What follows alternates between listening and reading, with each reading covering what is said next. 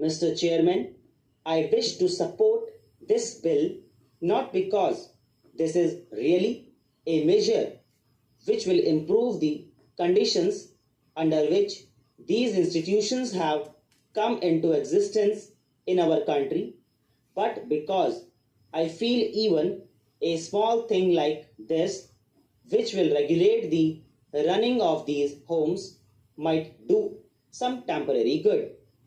If we examine the reasons why these homes have come into existence, we will find that it is really a reflection on the social backwardness because women are not educated, because women do not have the right to own property. Naturally, they are deserted, neglected, and are driven to the necessity of going into these homes run by the men in our society. These people run these homes under the guise of public charity, but these homes have really become centers of immoral traffic in our cities. These institutions are not only not run by the state as they should be, but they are run by religious and semi-religious bodies, by the so-called public spirited men in our country. And as has been pointed out just now, it is stated in the report of the committee appointed by the Ministry of Welfare that they are even being financed by state funds, and grants made by the Ministry of Welfare are used by such institutions for unethical purposes. I do not know how we will be able to control them by passing a bill like this, which will give them some kind of supervision by the state. Sir, I was personally connected with an institution in Uttar Pradesh, and it was an institution which was run under the name of Mahila Ashram, and the entire committee in control of that Mahila Ashram consisted of some of the lawyers and doctors of the capital of Uttar Pradesh. The means by which they secured the finance to run this institution will prove on what basis this institution is running. For every month that an inmate spends in that home, the prospective husband will have to pay at the rate of so many rupees per month. The only idea of this institution is to get the inmates married, and once they are married, they do not keep a record of the marriage. They do not keep any record of what happens to the inmates after marriage. Everybody knows that they are taken to other provinces by the operating gangs. Sir, one of the institutions quoted in that report is worth mentioning here.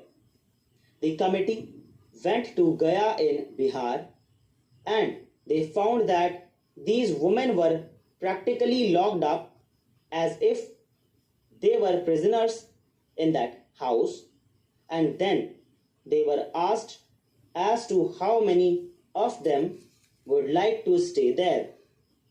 12 out of the 16 ran out of the house.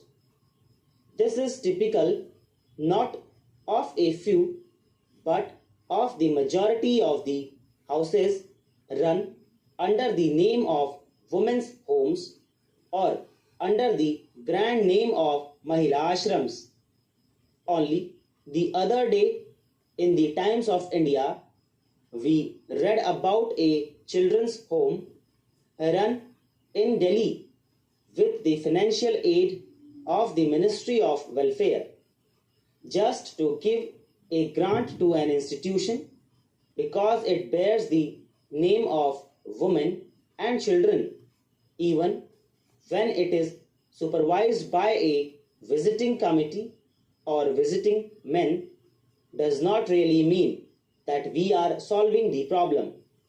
Money can be wasted.